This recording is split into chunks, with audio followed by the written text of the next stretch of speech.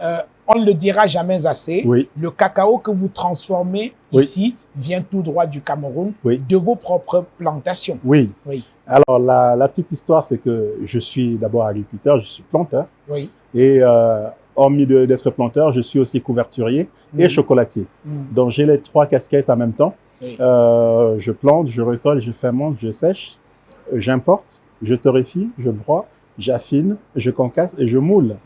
Et surtout, je fabrique tous ces produits qu'on a vus ici aujourd'hui avec mes équipes autour de moi. Serge Ngassa, quelle est la quantité de cacao que vous ramenez du Cameroun, disons par exemple sur l'année? Alors aujourd'hui, par année, avec mes 2 sites de production, aujourd'hui, on est en moyenne à 150 à 250 tonnes de fèves de cacao qui sont importées chaque année pour permettre justement à nourrir les unités de transformation qu'on a ici en France. Voilà, ça permet, il y a vraiment une bonne production, hein, il faut dire. Maintenant, après, bien évidemment, on a pour ambition de développer, de quintupler tout ça, au-delà même de tout ce qu'on fait aujourd'hui. Oui. Alors, vous parlez de vos 2 sites de production de cacao au Cameroun, c'est-à-dire dans la plaine de Sanki. Oui. C'est dans le Ndé, si je me trompe. Oui, dans le département du Ndé. Oui.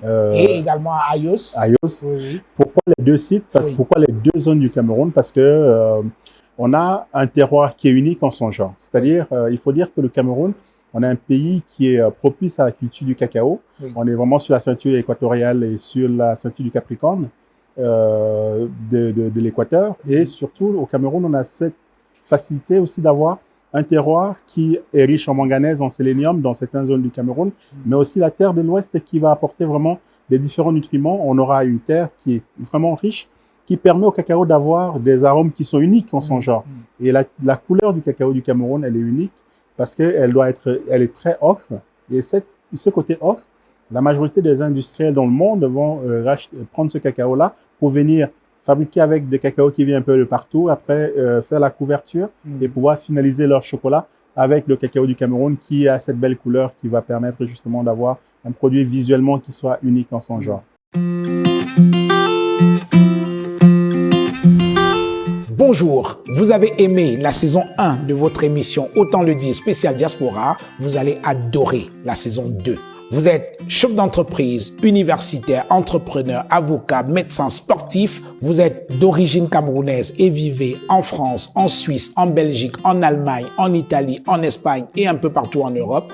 L'équipe de Naya TV vient à votre rencontre en décembre 2022.